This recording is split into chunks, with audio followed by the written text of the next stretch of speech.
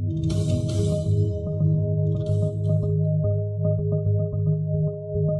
dude, I mean, the heck, we were running with a good conversation here now, so I'm just going to let it keep recording.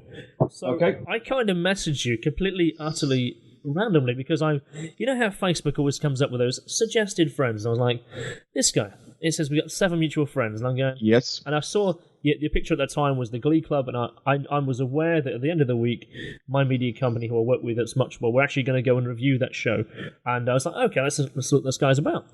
And then I saw that we had 7 mutual friends that, for me, they're all in very different circles. And I was like, how random is that? I'm going to give this guy a message, which is what I sent to you. I was like, you did? Sound a bit random. But actually, the friends we've got, all have in common, are all from different circles for me. How are they for you? And I saw we had this comedy event coming up, and I was like, dude, I think it'd be really good to talk about how you got into comedy and stand-up and stuff. And I think it'd be a really good conversation to have. So here we are, now about a week and a half on. Yes. Nearly 2 weeks after I did the comedy. I know, crazy, right? Yeah, that was real crazy, to be quite honest. It was an experience, let's say that. So let's talk about this that comedy thing. So let's just how did you end up doing that? It was like a course, right? Yeah. Well, I mean, my journey into doing it, I've always tried to be the funny one among my friends and failed miserably a lot. So, but I've had a lot of friends over the years say to me, you should do stand-up, and same, yeah. And I've always said to them, like, no, I shouldn't. It's very different making your friends laugh than standing in front of a room full of people and going, I'm funny, and just having them actually respond to that. So it's like, I really, really shouldn't. And then this ultra comedy advert just popped up on Facebook, as they randomly do, because the Russians are mining our brains to see what we're even thinking about and then giving us ads towards it. And at that point it was like, it's for charity, there's 8 weeks, if I'm ever going to give it a go, I might as well give it a go. And that's literally what I did. So January 1st of this year, I signed up, and like 6 months later, I was on stage doing stand-up comedy. So this was at the Glee Club, wasn't it? So this was at the Glee Club, yes. So were the Glee Club actually like the sponsors of the event?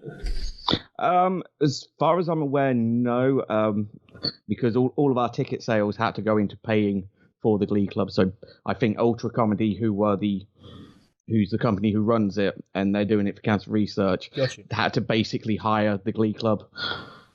I couldn't tell you for definite, but that's the impression I got. Cause, okay, I got you. So all ticket sales had to go towards them. Oh, so technically you guys were technically hiring the venue from the Glee Club. Yeah. I got you. To put on a charity event, which, great, because it's going to be a very long time before I'm going to be able to play the Glee Club again. So how many people were, because you guys did a course, right? Because I saw that you mentioned that on your wall. So how did that come about? Well, part of the event that, say, the Ultra Comedy people do, they do, the Ultra group do loads of things, like there's boxing and ballroom dancing, and I did debate the boxing one and then realised, no, I don't want to get hit in the face. No punches. So it's too pretty. Exactly. I mean, I've seen this face. It doesn't do well with bruising, but it's always 8 weeks free training. So that's what they advertised, 8 weeks free training. So it was about 9 weeks before we met up at the Glee Club to do the event, there was a registration event at Via Fossa in town, just around the corner from the Glee Club. Yeah, I know that, yeah. And that's where everybody who was interested registered. And then a few days after that was the first lesson, and that was also at Via Fossa, and that's where we met Chris Purchase, who's the professional comedian who was training us. So how many people signed up? Was there a big group? Because I saw the picture you had. There was about 15 people there. Was there people who signed up and then perhaps dropped away because they got a bit feet got a bit cold?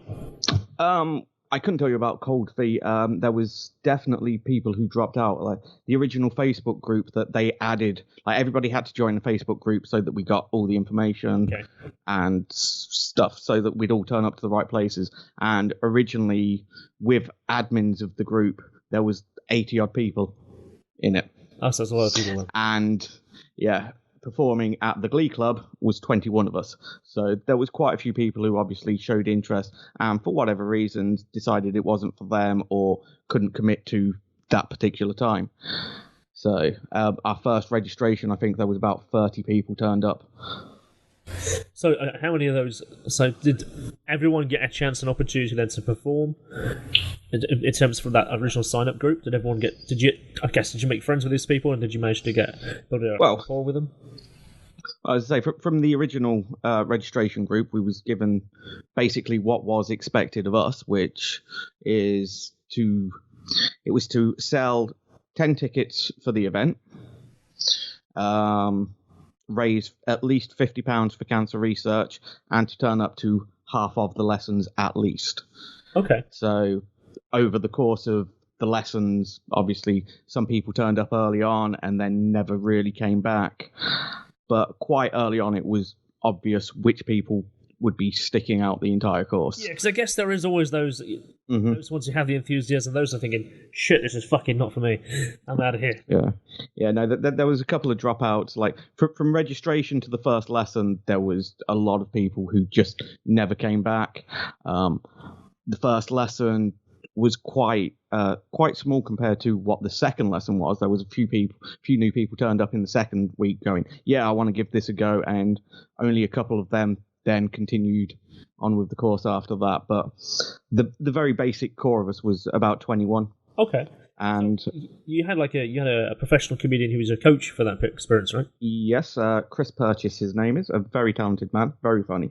So what did you have like a set in mind? Did you have some kind of thoughts going into what you had to talk about, or did he kind of give you some coaching around that? Well, obviously he gave us ideas he didn't give us ideas. He gave us feedback on what we already had, or I can't really speak for everybody else who was involved, but like I said, I signed up for it on the 1st of January, and being a rather obsessive person, from the 1st of January started writing, right? I had ideas. I had so many ideas buzzing around my head that I could have probably done an hour-long set at the Glee and bored everybody. But it was a lot to then take all the ideas I'd had and try to make them succinct, because we had 5 minutes. I think most of us ran over, but we was told we had 5 minutes, and that's not that long a time if it's going well. Although, if you forget stuff, it's a very long time. Yeah, man, I've been in performances myself, like where you're saying your shit, it's spilling off, and then you have not a brain fart, it just stops, and then it stops everything, and then you start reading the reactions of the crowd, and then you think, shit, what's going to go wrong? What am I going to say? And I think there's a learning curve for every kind of comedian or any kind of performer. There has to be, what's my backup? What's my routine where I roll back into the circle again? Did you find that yourself? I did have somebody in the crowd who basically a friend of mine who had said, like, if you stand there and can't remember anything, I will just shout out some random story that I tell everybody, and you can just spiel that off because you've said it so many times. Me being me, I'm a little bit arrogant when it comes to that. It's like, I'm not going to forget anything. I'm not going to need any of that. I got on stage. First thing I did was basically tell people to be quiet. Yeah, I don't know where that one came from. I walked on the stage trying to get the crowd cheering, telling them to cheer me more, pick up the microphone, tell them to basically stop that. It's my turn to talk. I do that with a hand gesture, and then I went and completely mucked up my first joke. Man, so actually you kind of bottled it a bit. I didn't bottle it. The first line that I had, I think I covered it well, and everybody I spoke to said, well, we can't tell. But I got the lines mixed up, and it was like, okay, move on. So I like about the history of comedy. I like how people come up with jokes and concepts, and like how a joke really, the most amazing thing about a joke is it has to be real, it has to be tangible, but there has to be some part of it that is completely and utterly out of context, that is so over the top that's what the crux is of the laugh, is that everyone knows it's so absurd, and they get it, and they enjoy that. But what kind of set did you run? Did you more of anecdotal stuff? Was it story? How was I work a lot more observational, I think. Okay. The set I did, it starts off with talking about my daughter and when she was first born, but it wasn't personal stuff of like what happened in the hospital or stuff. It just my general thoughts of around that time, about the stuff that I don't know. Have you got children? I do have children. My son is just there. My daughter's somewhere. Yeah, but my kids are now like 20 and 19. Scary stuff. So it's when I first found out that I was going to be a dad, and it was just the overwhelming amount of stuff that you have to buy and you have to get your head round, and figuring out that most of it you don't bloody need. No, you're right. I used to say to my partner at the time when it was like, I'm completely in the wrong business. Selling shit to pregnant people, that's what we should be doing. Come up with an idea and you'll be a millionaire. Dude, there's a market in that for shit. Because women will buy anything. You just have to put it on there on a plate and serve it to them in a way that they know that they feel they have to take this shit on. I mean, I say I'm a manager for Asda, right? So I see it come out crazy shit that's available on the shelf in the baby section. And you just put a giraffe on it and mothers will buy it. And you create a bit of social media buzz about anything and mothers will latch onto it. I mean, there's like Mumsnet and stuff and people giving each other advice on health advice and stuff. And you go, fucking hell, I should have been in this. I should have been a female guide. I should be their trainer. And one of the earliest lines that didn't actually make it into my set was basically, if you find an idea that you can market to pregnant people, then congratulations, son, you're going to be a millionaire. But that didn't make it into the set. I cut that line. I thought it was a little bit weak compared to some of the others. And like I say, we only had 5 minutes, and that was one of the experiences of writing this, was boiling down the bigger joke to just what was needed.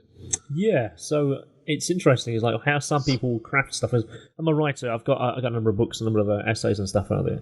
But so when I came to writing comedy into one of my stories, on what I really found really hard was, trying to imagine myself as the character telling the story, let alone telling a joke. Now, I've never done stand-up. I've performed on stage, I've been compere and stuff for events, but I've never told a joke on stage. And the idea of writing something and actually then having to whittle it down to find out what is actually funny. Or is it because I find it funny, or am I playing to an audience who should find it funny? I found that a bit foggy. I mean, how did you find that? My basic rule was, I knew there was going to be about 300 people stood in front of me. And I know what I find funny, and I know what my friends find funny. And the way I saw it was, I am literally there to make one particular friend laugh. If I can do that, I've done what I'm meant to do. And that was my goal, because I felt that if I tried to do something for everybody, I was going to fail miserably. And I just had to do what I found and what I know my friends do, and just hope that we're not the two only people in the world who find this funny. Luckily, it looks like I hit that, judging by the responses I've got. Nice. But so how was your response then from the general crowd? Who made up the audience, really? Was it just general kind of Joe Public, or was it actually members of families who were there to support comedians on stage? How was the dynamic of the crowd that was there that night? The majority of it was all friends and families of everybody supporting. As I say, we was given the task of selling 10 tickets each, 21 of us. The Glee seats, about 300 people. 21 times 10, that's 210 tickets. So, and obviously people did sell more. I myself sold about 12 tickets, I think, to my friends and family, and would have sold more, but they left it too late and then couldn't get tickets. So it's like, well, I've been telling you about this since January, so it's not like you haven't had time. But there's always those who make an excuse. Well, I was waiting closer to the time. I didn't know. Yeah, we're just waiting for payday, and I didn't know what I'd be working that day.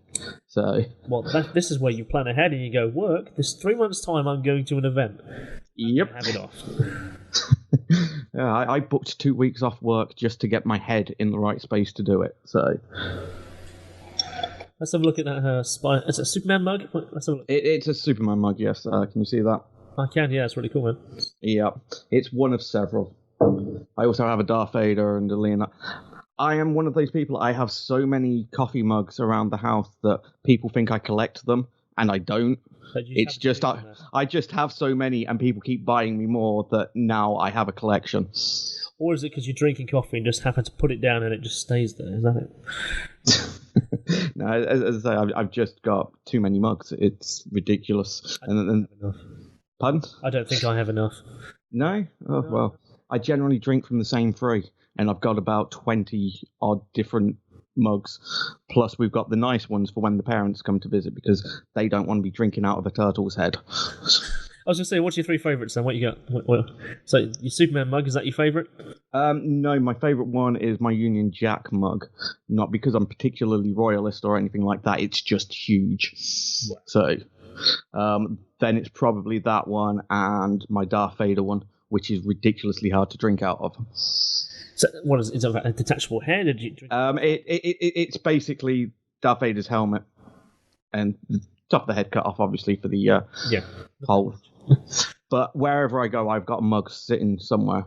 Just about all of my mates' houses, the partners' parents, my parents, everybody has a mug that is my mug. Okay. So when I go round, that's what I drink from. You have an allocated drink. Mm-hmm. So I was looking at your Facebook wall earlier, and I was going to go, right, what can I tag? How was the white Rice Krispies? How was the white Rice Krispies? How are they? What are they like, man? What are they like? I keep meaning to try them. They're okay.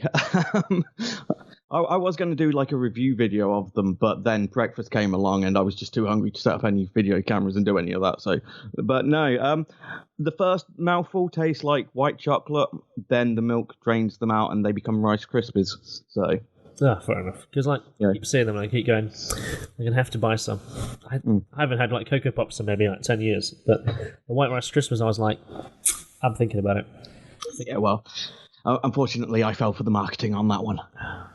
It was like, I saw them, and originally I resisted, as you do. It's like, no, I'm nearly 40 years old. I can live without white chocolate Rice Krispies or Cocoa Pops. The next time I was in the shop, I bought them.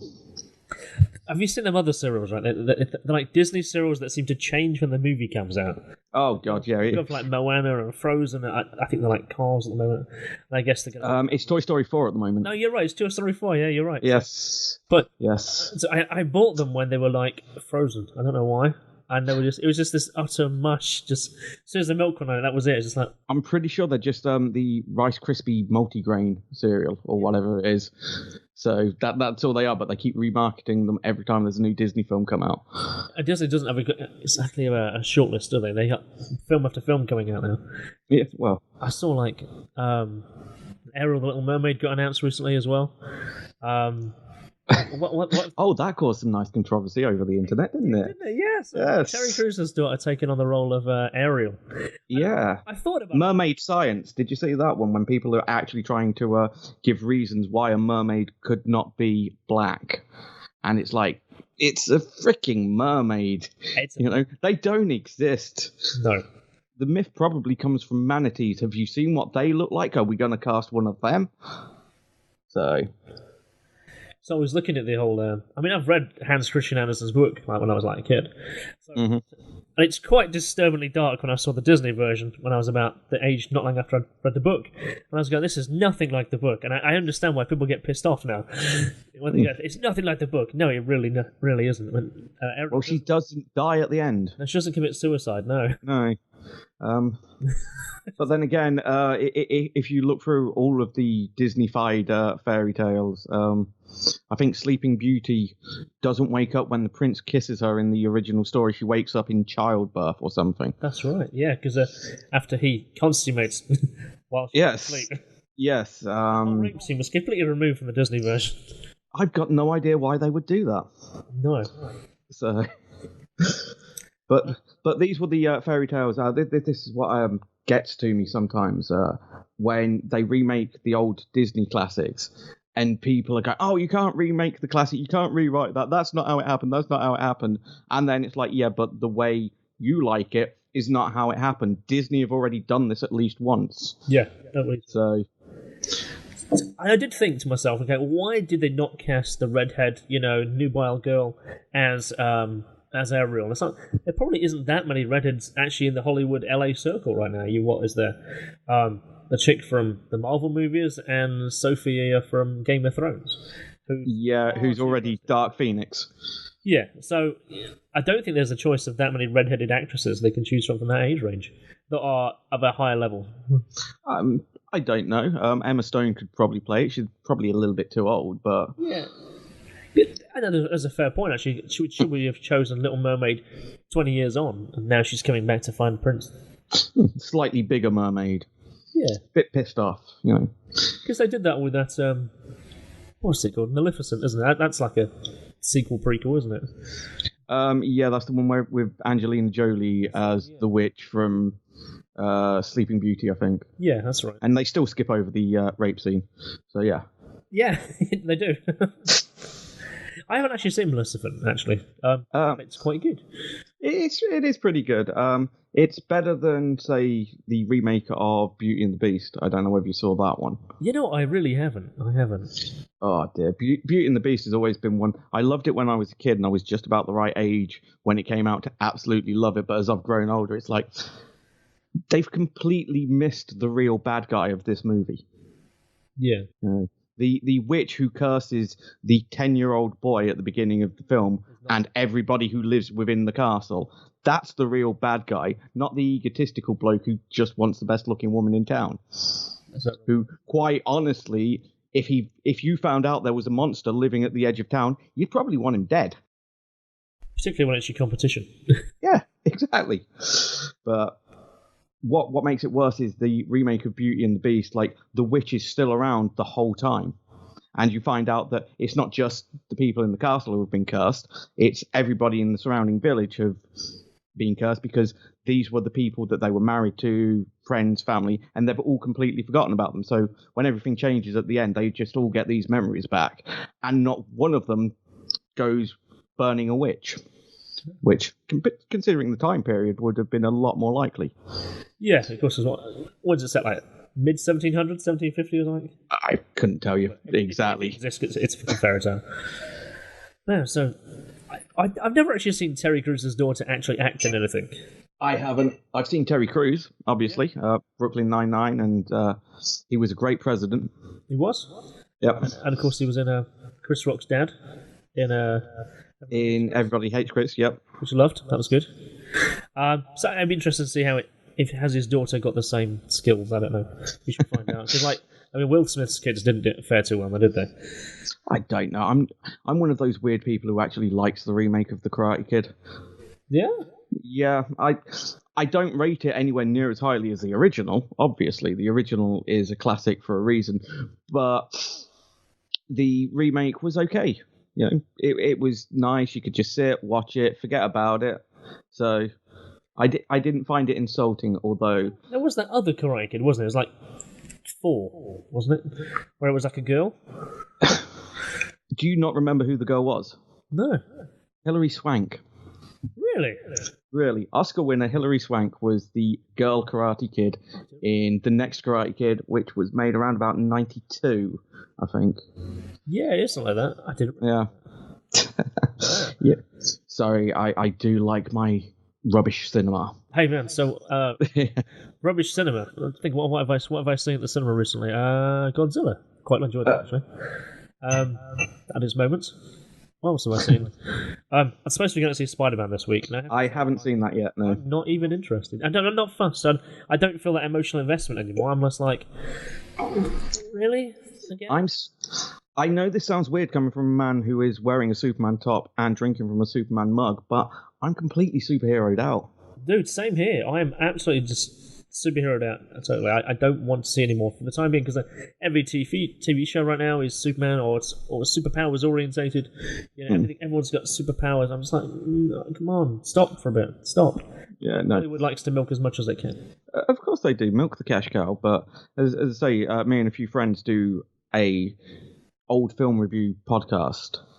2 years ago, we used to do another one that was based entirely around geeky stuff, where we used to do more recent film reviews and old film reviews and all of the TV stuff. And we ended up stopping because we got to that point of just, we don't care anymore.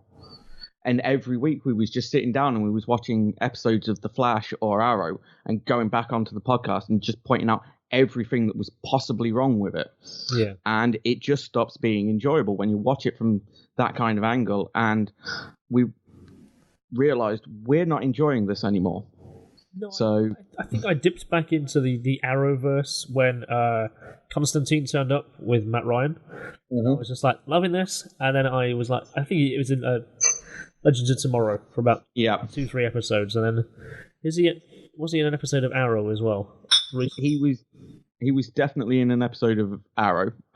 I dipped out of Legends of Tomorrow before he came into it, and to be quite honest, I didn't watch the entirety of Constantine either. No. I just found it didn't grab my interest enough. I thought he was playing it brilliantly, but the stories just weren't holding me. So because the one thing I thought was really interesting is that I read those graphic novels growing up, and I found that they were actually quite true to their Origins books. They were quite good. The only thing that was different, of course, was the girl. She was instead of being an 80s like rock goth chick, she was, of course, more modern. Apart from that, the stories actually were pretty close to their original counterpart. Yeah, but if you've read the graphic novels, you know what's to come, and it's just I've already got my head what this should look like. Yeah. So sometimes you just can't get over what your head's already telling you, and what they can do on a TV budget just isn't the same as what your head can conjure up. So in my mind, I'm now thinking about the other shows that are superheroes that are coming out now. We've got I guess Stranger Things has hooked the attention of many with having Elle as the only superpowered character. I think it's quite good. Have you been watching Stranger Things? I've steered clear of Stranger Things, I'll be honest. It came out with too much hype around it, and unfortunately everyone was telling me I should be watching it, and it's like this will now no way can it live up to what everyone's telling me. So I kind of skirted around it. Hype's an interesting thing, isn't it? It's like I guess the way the hype works is that everyone talks about it, I guess the Game of Thrones effect, where you have where everyone is so eager to tell you the story because they've read so far in the book, and they're like, this is going to be great, it's going to be on the screen, it's going to be amazing, and then, well, actually, kind of it was quite good. So, no, Game of Thrones I dipped out of in the second season. So I dipped out at 3, actually. I was watching 3, and then I was like, I'm £2 out. I came back as the build-up for 6 was happening, kind of refreshed myself, and went, actually what they're doing is really good. I mean, as a filmmaker myself, I'm like, what they're putting into their production values is unheard of for a TV, let alone the budget for it. Yeah. But they've done all right for themselves, apart from the last series. It's a bit too bad. Well, as I say, I dipped out season 2, and then by the time anybody closer to me had decided that they were going to start watching it, I just thought I might as well now wait until it's all come out and then just do one massive binge. Yeah. But obviously I've not been able to avoid spoilers, so I know exactly who wins the Game of Thrones. Yeah, exactly. So, but, spoilers.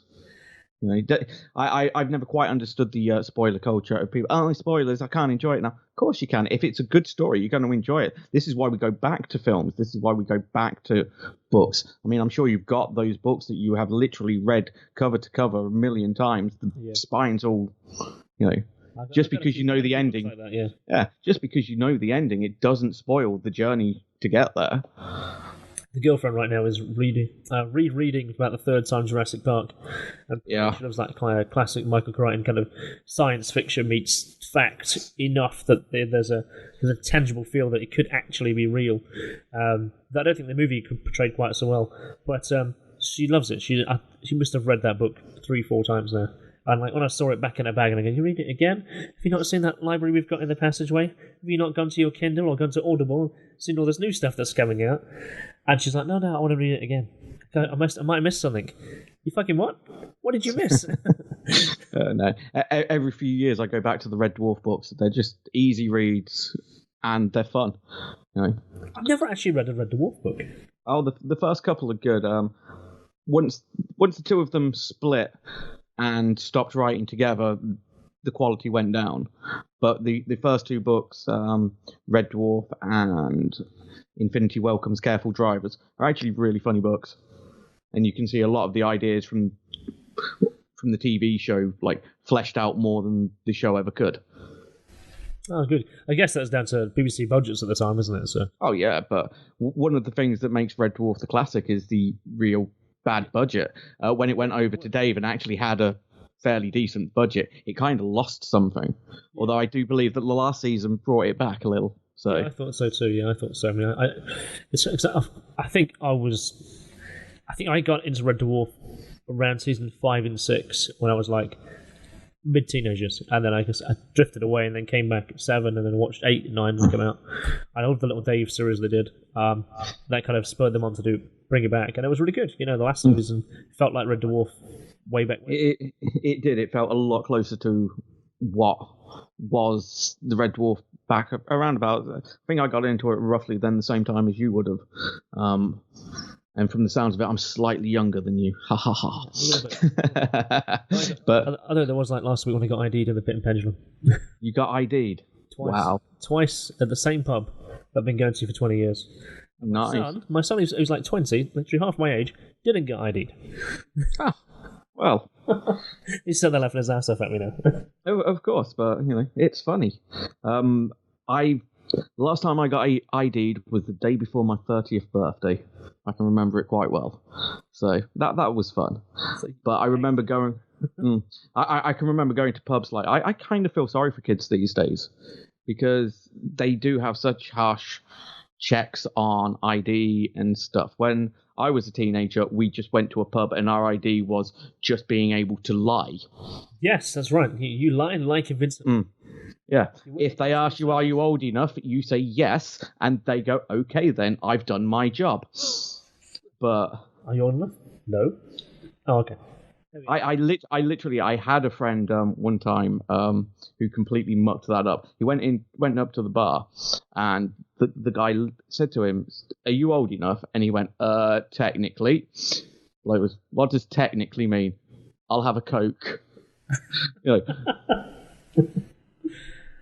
I just got served, also underage, drank my drink, and he's like, I really want a drink, you know, can you go and get me one? I was like, right, fine, I'll go. Went to the bar. The guy said, I forgot to ask you, are you old enough? I was like, yeah, of course I am. I says, I've met him at college, he's a couple of years younger than me, but, you know, of course I'm old enough. And he served me. It's like... Nice. and this was like the late 90s, early 2000s. These days... No chance of that really happening, not in most places. No, because that person behind the bar knows that the 80 quid fine and a jail sentence, potentially. Exactly. I mean, it did help that I grew a full beard when I was 17. So I can remember going to another mate's 18th birthday, him getting ID'd, and me going to him, yeah, well, it happens to all of us. It happened to me on mine, and I'm still 6 months away from it. So it's quite good. But I also decided to throw that line in so that they then didn't ID me because I couldn't, you know, I had nothing. And literally, it was like, I have hair on my face, serve me, I am old enough. Now give me booze. Yes. So your podcast, man, so what kind of classic movies tickle you? What do you like? I'm very much into the 80s, obviously. It's when I grew up. So every film from then is a classic as far as I'm concerned. And then you go back and you watch them and go, no, they're not, are they? Ooh, I think the last podcast we released, we reviewed Trading Places. Yeah, of course. Dan Aykroyd, Eddie Murphy. Yeah. Still a classic film. Still absolutely love it. But you sit and you watch it with like today's sensibilities and go, this is really kind of racist. There is scenes in it. There's a scene in it where Dan Aykroyd blacks up, and it's like, oh, you just cannot do that now. There is no reason for you to do that. Well, Tropic Thunder got away with it, of course, but well, obviously, but that was RDJ. So yeah. Have you seen the meme going around on the internet? If they were, you know, if the Avengers were black, who would play Iron Man? And it's just a picture of RDJ in Tropic Thunder. No, I haven't seen that. That's great. Yeah, that's great. No, I hadn't seen that. I gotta go find that now. So, man, so 80s movies, right? So are we talking like Goonies, Gremlins, Ghostbusters stuff? Yeah. Yeah, except for the Goonies. For some reason, I'm a weirdo who isn't a particular fan of the Goonies, but Ghostbusters, Gremlins, obviously Rocky, although that was 1977, I believe. But Rocky 3 was in the 80s, and Rocky 4 is the most 80s movie of all time. Because we've got like Rocky 8 out now, haven't we? We've got like Creed 2. Yeah, which would be the 8th in technically that franchise. Yeah, which is just crazy. There's even there's a VR movie available now on the PlayStation, I saw. Which I saw that listed the other day, and I was like, "What? There's a Creed movie, but in VR?" No, I've not seen that. I've seen Creed 2.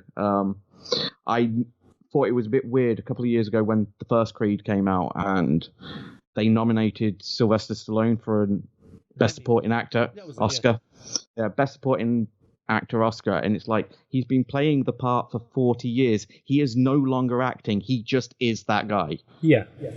So there was a certain point where the actor and the role, they coalesce to become this certain character.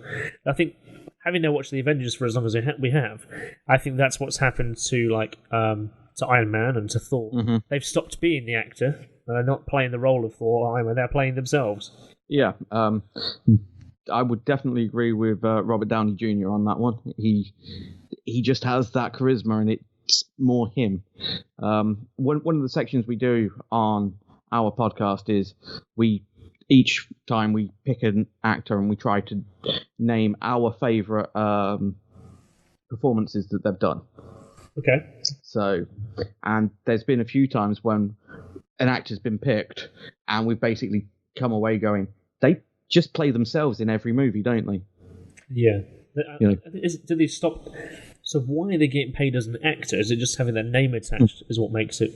Yeah, basically, I think the first one we did was Hugh Jackman, and trying to find a role for Hugh Jackman that felt different than anything. You have two settings for Hugh Jackman: Wolverine and kind of nice, lovable guy, maybe singing a song.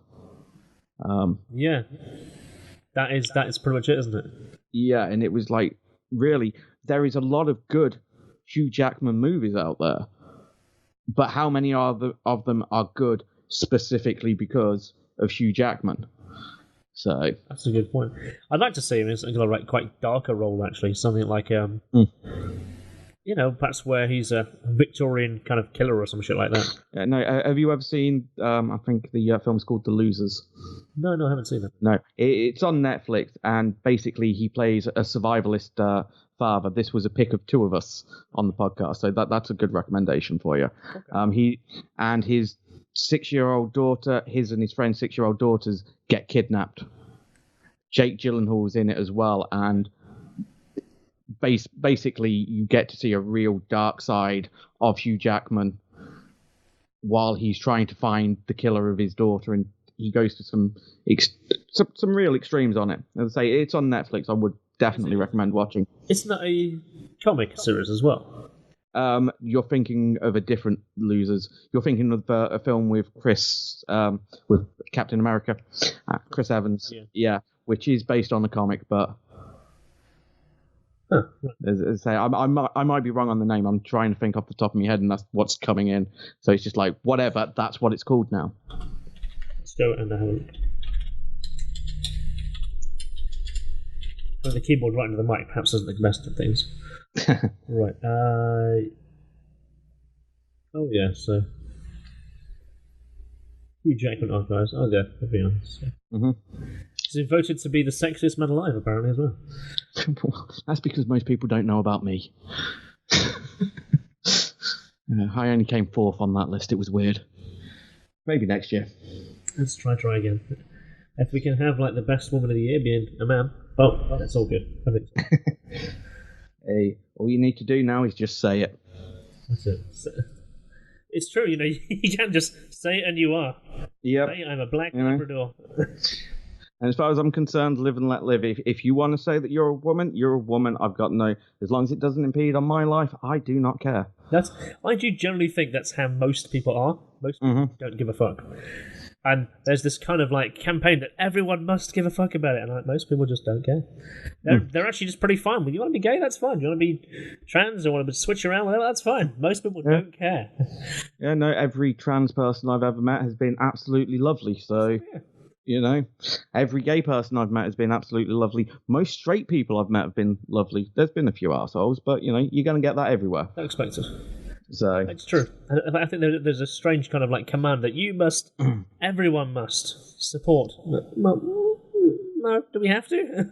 You know, I will. Obviously, we've got Nottingham Pride coming up at the end of the month. I will be wearing my rainbow colours and supporting that because love is great. But have you seen they're going to be having like a Pride Road? Is that right? A Rainbow Road. That's it. Hockley is going to get repainted, the rainbow colours. Yeah, but the problem is, whenever you say Rainbow Road, I'm thinking Mario Kart, and I'm never going to be. Yeah, I'm never going to be that impressed with it. It's like it's just not the same. It's not transparent. I can't see any stars. I can't do the jump. Yeah, there's no chance of me falling to my death, which is probably a good thing. So I take it by that you're a gamer as well, right?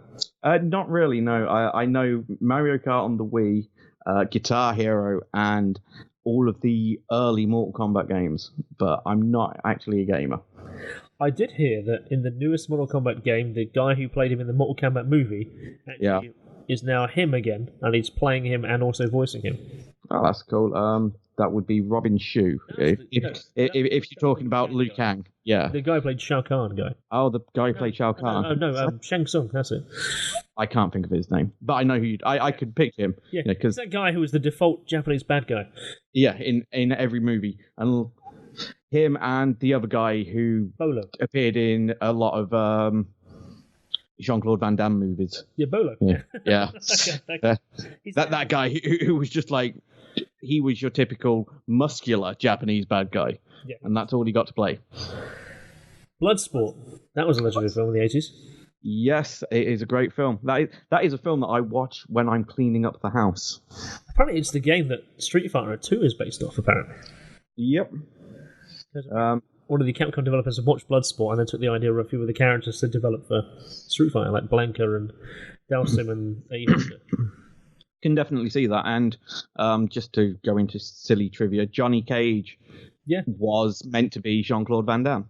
In the original game, he was meant to be played by him. He's even got the split punch from like Bloodsport. And but for whatever reason, that fell through and Mortal Kombat came. Although I think another major influence on Mortal Kombat was Big Trouble in Little China. That is still one of the best movies ever made. So much going on in that movie. Yeah, one of my co-hosts on my podcast, Grant, that he will tell you that is his favourite film of all time. Yeah. So, and before there was special effects. Mm-hmm. But you know, it's got Kurt Russell in it. What's not to love about Kurt Russell? You know, Kurt Russell in that movie doesn't do anything, which is the best thing. Mm-hmm. He's always getting stopped by doing something, and he gets knocked out. It's amazing that he's the main guy of the show because he doesn't do that much. Absolutely not. He literally, his role there is to just be there most of the time. And he walks around because he's Jack Burton and he thinks he's doing everything, but literally everybody else in the cast is saving his ass every 5 seconds. Yeah. So, are you looking forward to the remake? With The Rock? The Rock. I'm still trying to bury that idea. Does it even have to happen? Yeah. No. You know, that's it. I'm just hoping that this is one of those that, you know, big respect to The Rock. I've seen a lot of his movies. I enjoy them. But I'm also we don't need a remake of that. The original's perfect. It's just going to be a CGI green screen. So, but he promises that he's a fan of the original, so it's all going to go well. They also said that about RoboCop as well. Yeah, and Ghostbusters. Oh man, you know I still haven't seen that, and I refuse to. I went to the cinema today. I got a little bit of hatred online from a silly tweet joke that I did. Okay. What was your joke? Basically, when it was being released, I got a picture of the animated show. Okay. Yeah, and a picture of the girls, and just had one of them, just put them together, the real Ghostbusters, not the real Ghostbusters. And of course, I upset a few feminists online and, got called a sexist. I wrote a blog about it where I tried to examine whether or not I was being sexist or not, just typical, just something to write, put it out there. And I put in the blog that I promised that I would go to the cinema with an open mind and watch the movie, and if I was wrong, I would go back and write a retraction of any negative thing I might have said about it. As far as I was concerned, my what's the word I'm looking for? My hesitation to have a Ghostbusters movie or remade was more to do with the fact that I didn't see why it needed to be remade anyway. I could have handled a sequel, but a remake basically says to me what came before is no longer relevant. Just let's get rid of it. So I went to see the movie, and I've never wrote that retraction. No. It's incredible how the original still stands up as being as good as it is. It stands up against any movie made today, but even CGI-wise, it's pretty solid. It is a good film. I think my major problem with the new one is nothing to do with the women. They're all very talented. I do think there's a couple of times where the writing of the jokes, because they've got so much hatred online and there's too much self-reference to that. Yeah. But the women themselves are all talented women who deserved a good movie.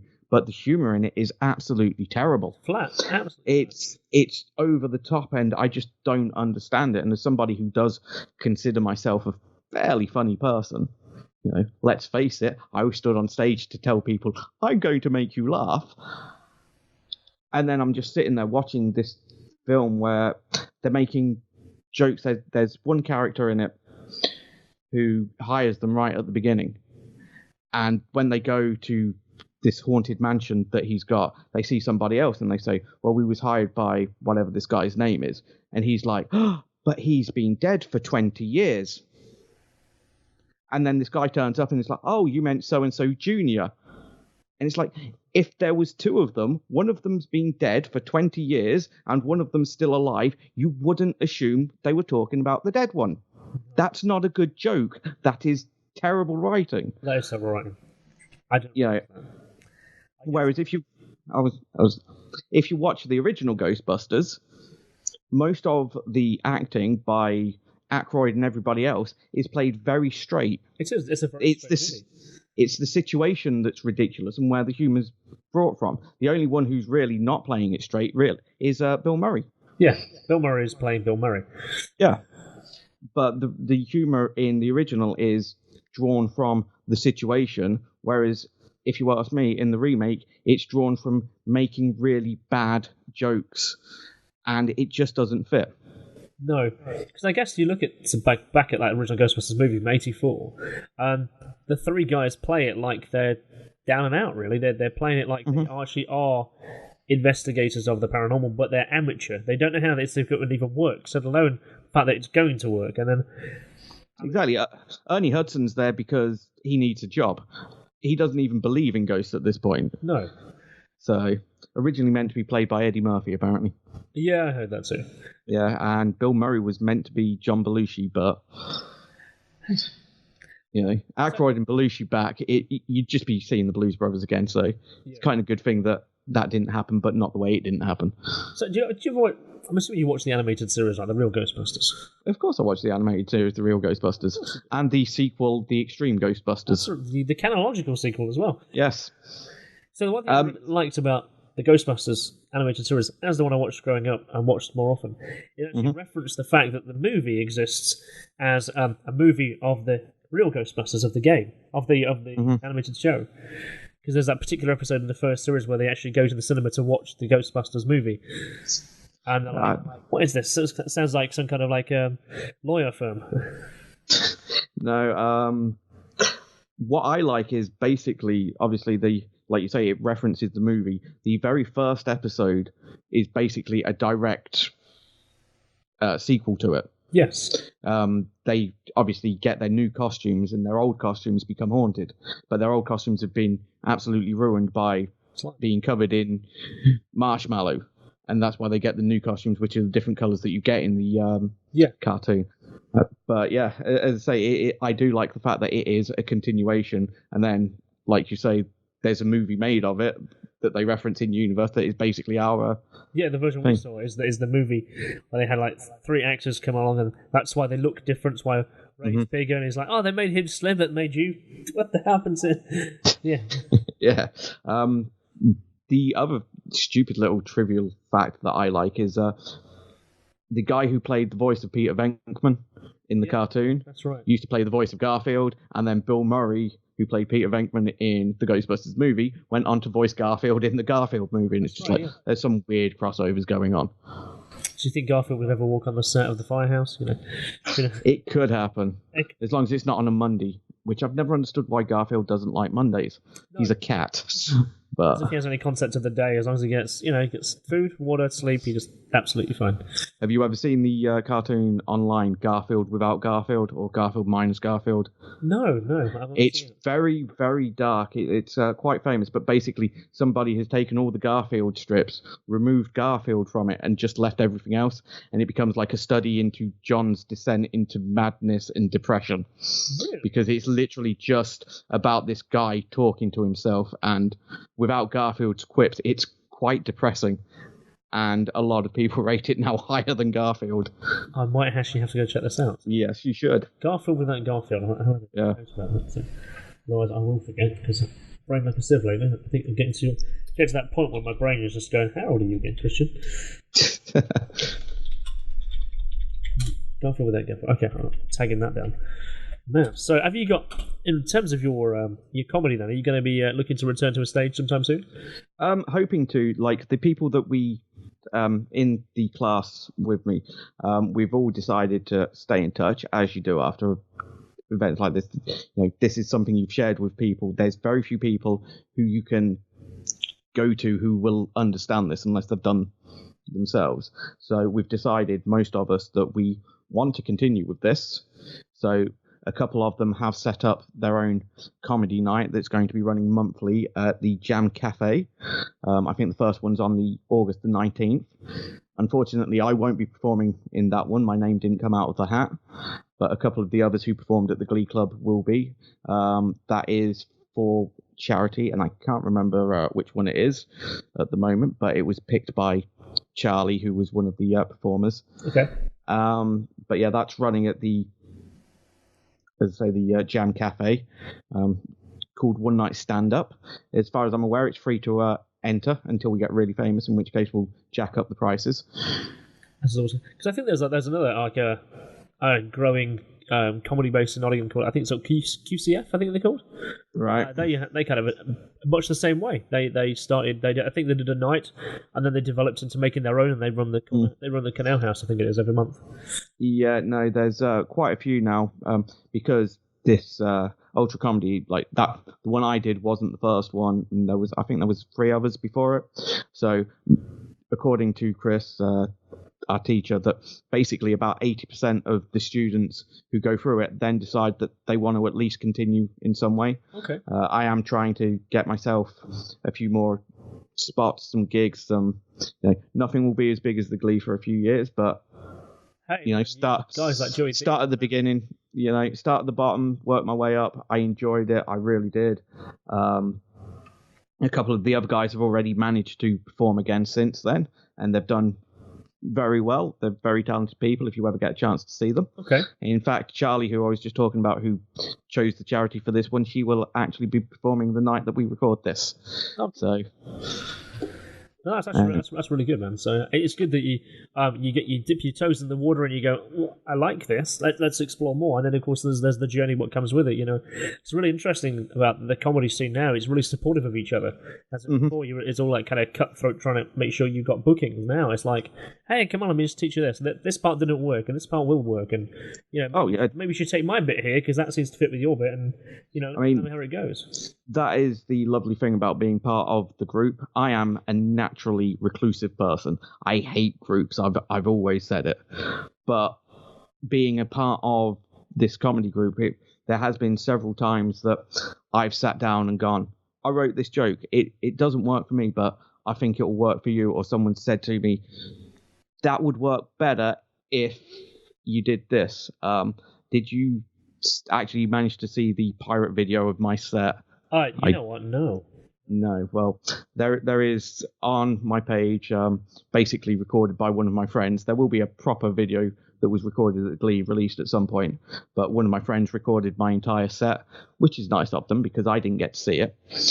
And there's one of the bits that I do in there. I'm not going to spoil it for you, but it gets an absolute, for me, a huge reaction. And that comes from performing it in class and basically Chris turning around to us and just going, it's good, but you need to commit. You need to commit to that bit. If you do that, you're going to get a massive reaction to it. And yes, 10 years working in comedy, he knows his stuff. So you and him are going to keep in contact? Well, he's friends on Facebook. He liked a picture of me earlier from when I was 21. Oh, is this with you with the hat, yeah? The hat and the net shirt, yeah. And the painted nails, which I've got done today as well. What?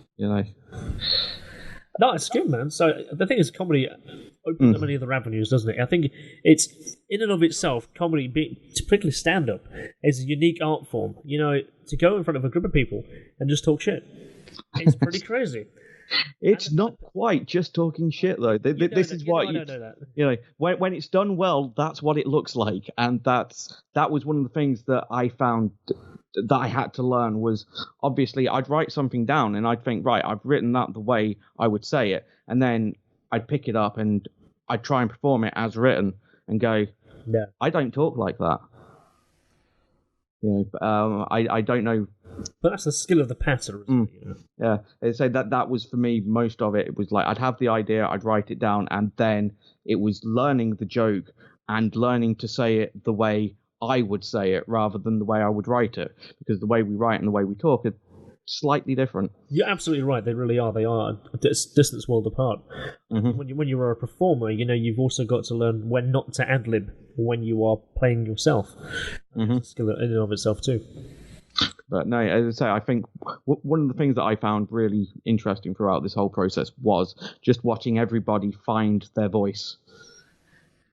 Obviously that first week, we was all stood in a big circle at Via Fossa trying to tell a funny story about ourselves, which luckily for me, I was one of the last people to go on that day, because when he first said this, my mind instantly went blank and I didn't have any funny stories. I could probably not have even told you my name at that point, but my mind went completely blank. But by the time he did get round to me, I thought, right, well, I'll just tell the story of when my daughter was born, which, shouldn't be funny, but I'm sure I can make it funny.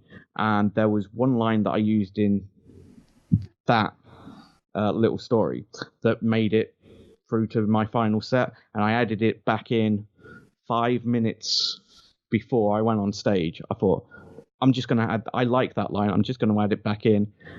And it got a laugh, it got a clap, and I'm so glad that I did it. Even my fellow performers, some of them who hadn't been there on that first week, were like, where did that line come from? That was really funny. So have you got some more material to build upon right now? Have you? I'm trying to write some stuff and come up with stuff. Obviously, like I said to you earlier, I'd had ideas since like January, so it's now trying to build on those so that I've got a handful of things so that I don't just keep going to different places and performing the exact same set every time. So that I've got a bit of a mix. I will be performing the same set that I've done at the Glee again because I enjoy it, but obviously that's a 5-minute set. If I booked for 10 minutes, I'm going to need a little bit more, whatever. So, but there's something really valuable out of that. You obviously you have professional coaching, and then there's like, well, there's my own ideas. I can develop this. The heck, I turn this 5 minutes set into 15, maybe. Everybody who performed at the Glee, everything that they performed was written by them. It was not handed to us by like Chris or anybody else. It was our own ideas that we'd performed in front of the group and had feedback from, but ultimately it was us, and that was the good thing about it. The second week of the lesson was the only time we ever had to tell anybody else's joke, and that was literally just an exercise in learning a routine.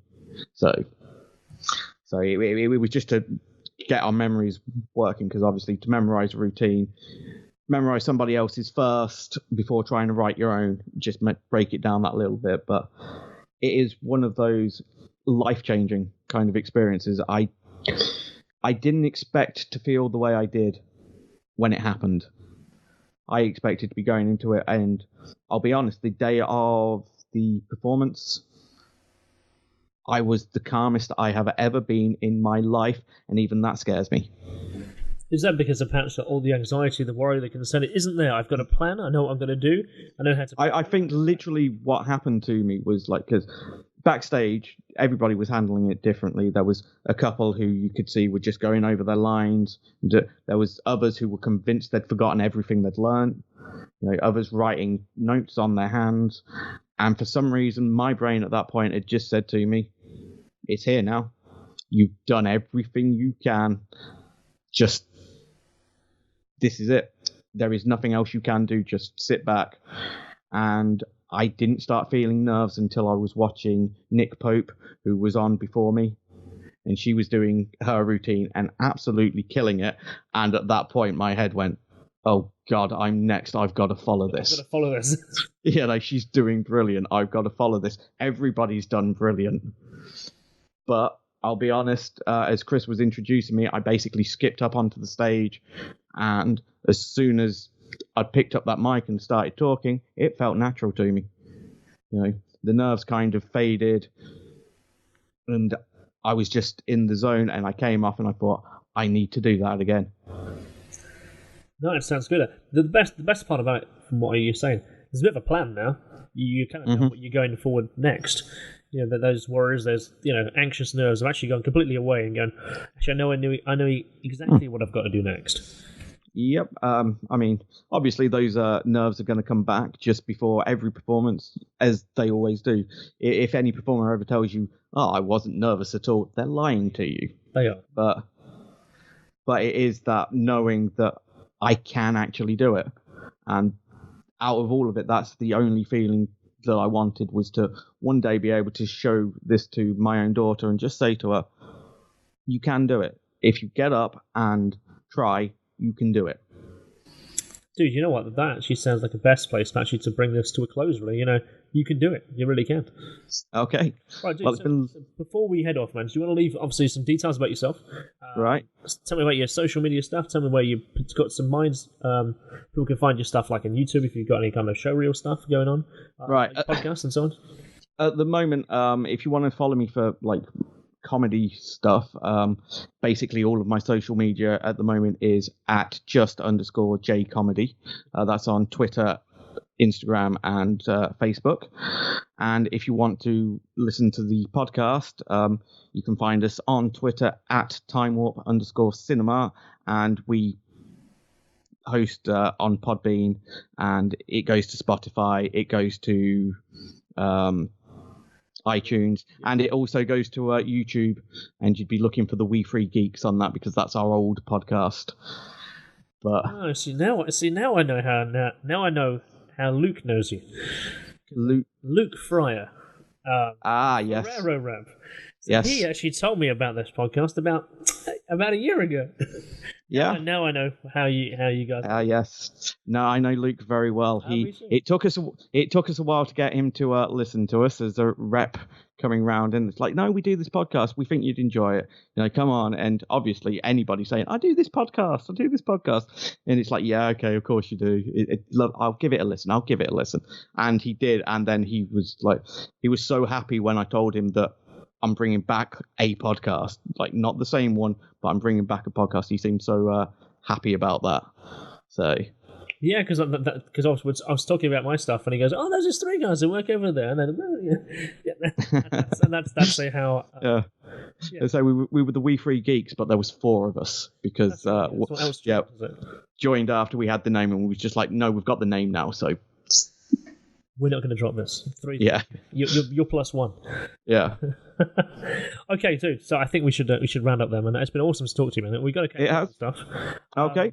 So yeah, we shall keep in contact, and obviously I'll make sure that this gets edited. You obviously get a chance to see it, of course, before it goes live. Obviously, Our Curious World can be found in much the same places as yours is. Yep. So make sure you subscribe and like and all that usual fluffy stuff. Oh, don't worry. I'll drop all of the. Obviously, on my own podcast, I'll be dropping all of this. Well, I did this and this. So go find this guy and follow me and like me. So, and you'll have to come over and review a movie with us at some point. Yeah, I'd love to. I really would. Okay. All right, dude. Catch you later, man. I'll see you soon. Okay. Bye. Yeah, we're here all the time. Yeah. You'd get like that. You're like, when am I satisfied with what I'm putting out?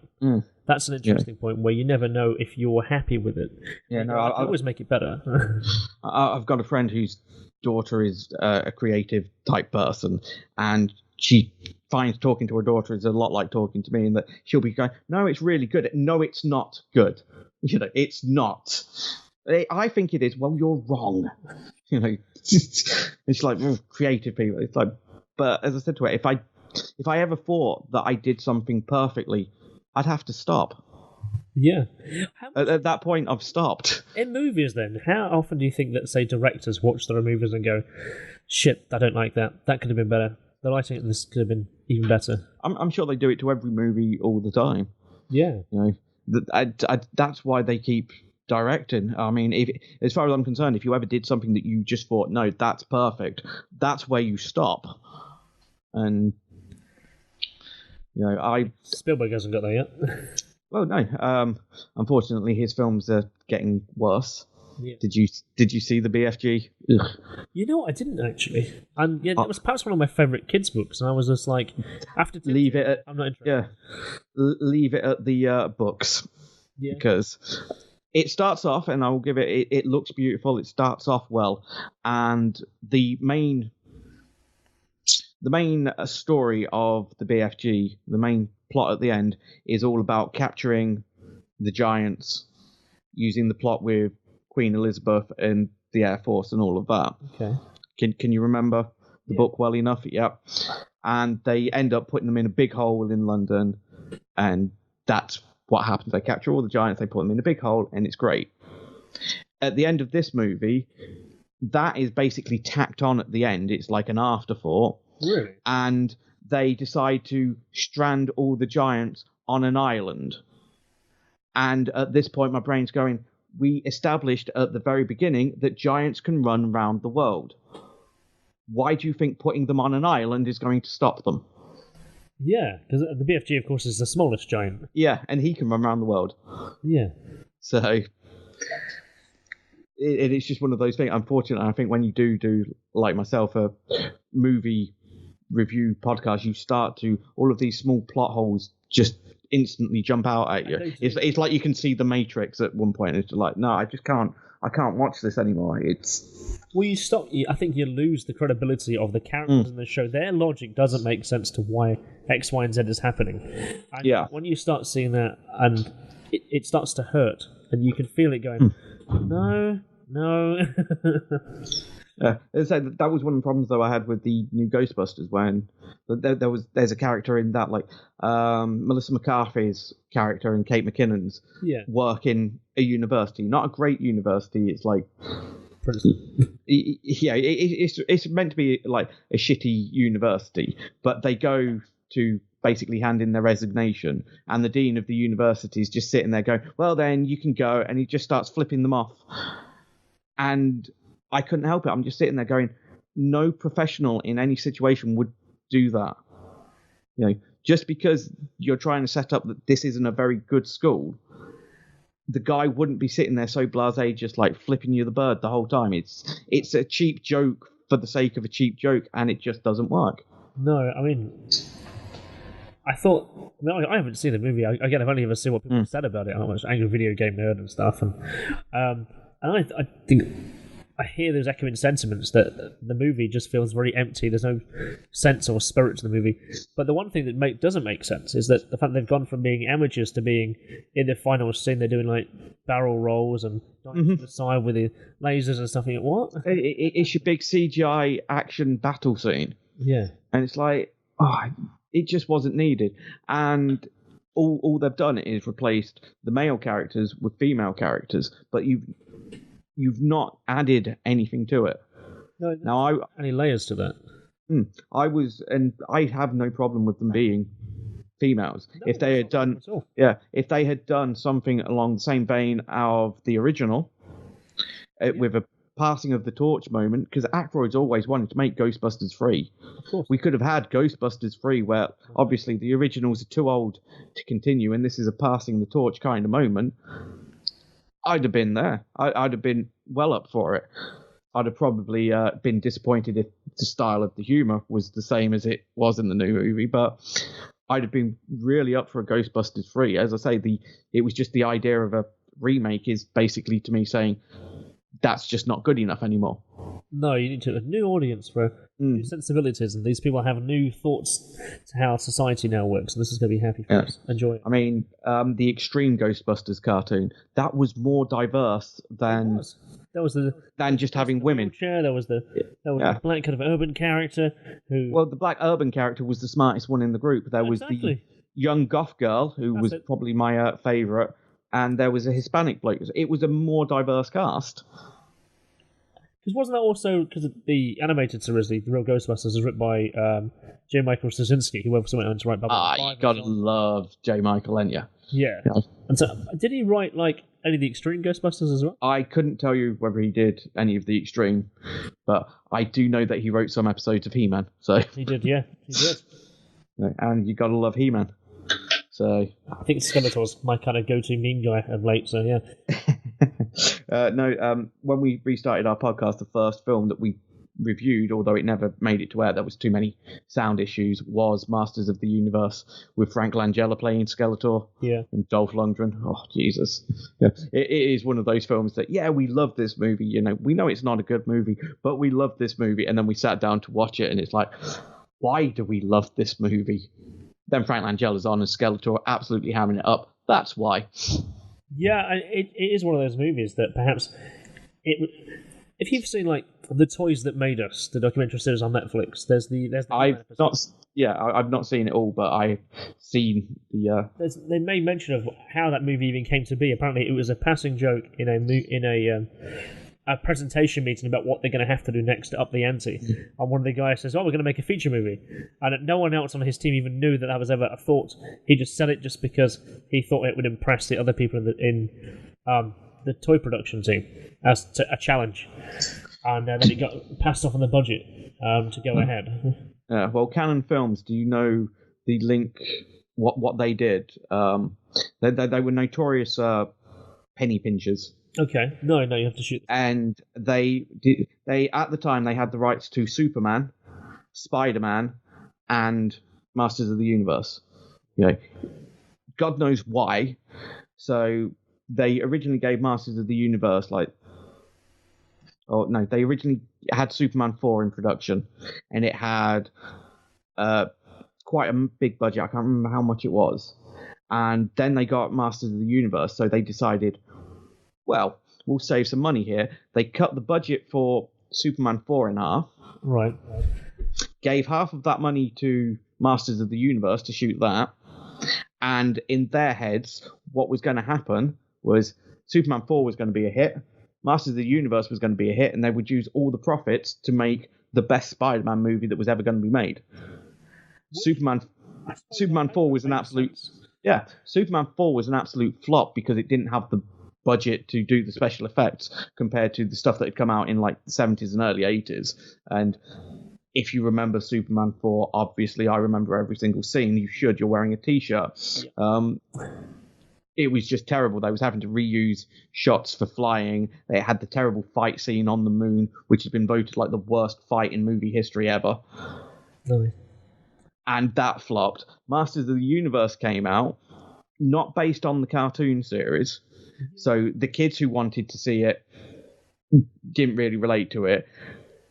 And adults didn't really want to see it. That completely flopped. Sent the Spider-Man out the window. Well, it sent the studio bust, and the proposed sequel to Masters of the Universe became Cyborg, starring Jean-Claude Van Damme, which is also an awful movie, but spawned some sequels. You know, it did, didn't it? 3 of them. Yeah. Whoa. So. Yeah. But no, I mean, Masters of the Universe, in principle, as a movie, should have worked. Even having it on Earth is still a potential, but the cast just made no sense. The whole story made no sense. Well, Dolph Lundgren, it's one of those weird ones. Dolph Lundgren considers it the worst filming experience he's ever had. Yeah. Frank Langella considers it one of the best movies he's ever done. So, did he ham it up? Oh, he absolutely did. He took the role because his kid absolutely loved Masters of the Universe, and he wanted to impress his kid. And let's face it, we've all done stuff to do that. Yeah, we do, yeah. And did you watch, there was like the 2011 He-Man series? That was pretty decent. It was 2001, and yes, I've got it all on DVD. I'm sure there's one more recent than that. There's not been a more recent Masters of the Universe. If there was, I would know about it. Because there was like the New Adventures of He-Man, where it was like a late... Yes, that was terrible. I understand why they took certain decisions. But I can understand them doing it, but... yeah, it wasn't great. I'm sure there was one that was more like the original series, though. There was. It was about 2001. Ouch. That was very fucking old. I remember watching it. I've got all of the episodes on DVD. I imported them from America because you can't get it in this country. And it really was. It was a much better cartoon. It didn't quite have the essence of the original, though. It didn't capture the imagination. But if you watch it, it's a better cartoon. It's got continuing storyline. Skeletor is actually a decent villain. Second season, they brought in the Snake Men. And the third season, they were going to bring in Hordak. Oh, so, of course, I guess on that note, we got to She-Ra, though. Yep, which is... on Netflix. Not a fan. I have watched it, but no, not a fan. It doesn't know what it's trying to be. No, I don't think it does. I don't think it has any idea of its own reality. I did like the fact that it kind of spins the story at the start as being quite interesting and different. Like, she's like a servant of Hordak, and that's where it all goes a bit wrong. I like that idea. She always was. Yeah. God, this is where my geek knowledge comes in. The Secret of the Sword, the original She-Ra episode, the first one from like 1985 or whenever it came out.